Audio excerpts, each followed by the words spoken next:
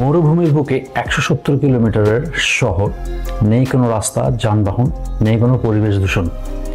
Sci fi মুভির story মনে হলেও সৌদি আরব এমনই একটা প্রজেক্ট হাতে নিয়েছে যার নাম দেওয়া হয়েছে the line. Saudi crown prince Mohammed bin Salman 2021 সালে এই প্রজেক্টের ঘোষণা দেন। এটি হবে একটি স্মার্ট শহর যা হবে 170 কিলোমিটার লম্বা, প্রায় 200 মিটার চওড়া এবং 500 মিটার উঁচু। পুরো শহরটি হবে কাচের দেয়ালে ঘেরা, থাকবে না কোনো রাস্তা, থাকবে না কোনো যানবাহন, হবে পরিবেশ বান্ধব, কোনো পরিবেশ দূষণ থাকবে না। প্রতিটি অ্যামিনিটিস হবে 5 মিনিটের দূরত্বে, যাতায়াত হবে শুধুমাত্র হাই স্পিড ট্রেনের মাধ্যমে। আর এই হাই স্পিড ট্রেনের মাধ্যমে যাওয়া যাবে এক প্রান্ত থেকে আরেক প্রান্তে মাত্র 20 মিনিটের মধ্যেই। $1 ট্রিলিয়ন বেশি ইনভেস্টমেন্ট নিয়ে এই প্রকল্পটি বিতর্কের বাইরে নয়। হাইউতা উপজাতির উচ্ছেদ নিয়ে রয়েছে অনেক বিতর্ক। বিশেষজ্ঞরা বলছেন বাস্তবায়নের দিক থেকে এটি একটি কঠিন প্রজেক্ট হবে।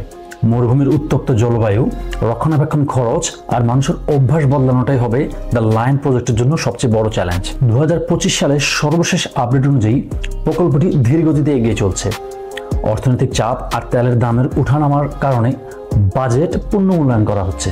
বাস্তবায়নের ক্ষেত্রে নানা জটিলতা থাকলেও লাইন প্রজেক্টটি হবে ভবিষ্যৎ শহরের একটি প্রতীক। প্রকল্পটি কি বাস্তবায়ন হবে নাকি একটি স্বপ্ন থেকে যাবে, সময় তা বলে দেবে।